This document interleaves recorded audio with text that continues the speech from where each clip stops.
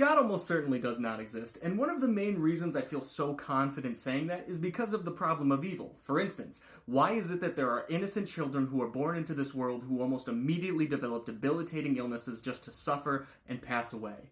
One of the ways that believers like to respond to that is with something like this. God is like the greatest chess master. Who are we to question its moves? God can and should be allowed to let innocent babies experience pain and suffering. It's literally like keeping the universe in check, bro. I'd like to take a moment and dig into this because it is actually infuriating on many levels. If the question really is, who are we to question God, then the answer is obvious. We are the conscious and cognizant entities that God's action or inaction directly affects. That's who. And we should absolutely be allowed to question people and or entities in positions of power. Persons or things in charge might have perfectly good reasons for the things that they do or do not do, but I should be allowed to inquire about those reasons.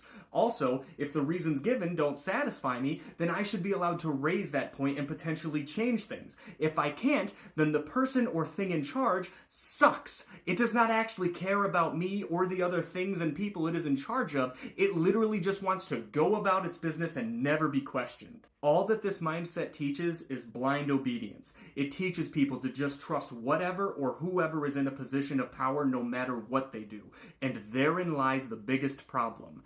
This scales down to the human level. People who preach blind obedience to God, no matter what it does, are the same people who preach blind obedience amongst humans. They tell children to never question adults. They tell young athletes to never question coaches. They tell kids to never question their religious leaders, and I hope by now you've caught on to the main problem here, because if I just come out and say it, TikTok will show this video to like 7 people. One last thing I'd like to touch on here is that my issue is not just that God's answer to the problem of evil isn't satisfactory, it's that God's answer is non-existent. Watch, I'll do it right now. God, why do you allow innocent children to suffer when you know you could prevent it?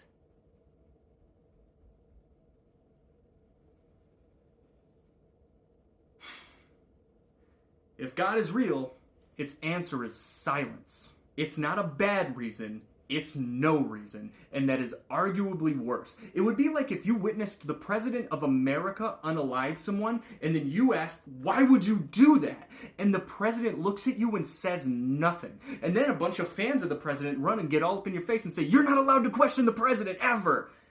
It's lunacy. We should be allowed to question people and things in positions of power. It should be okay for children to question parents, employees to question bosses, citizens to question elected or ruling officials, and yes, it should even be okay for human beings to question God.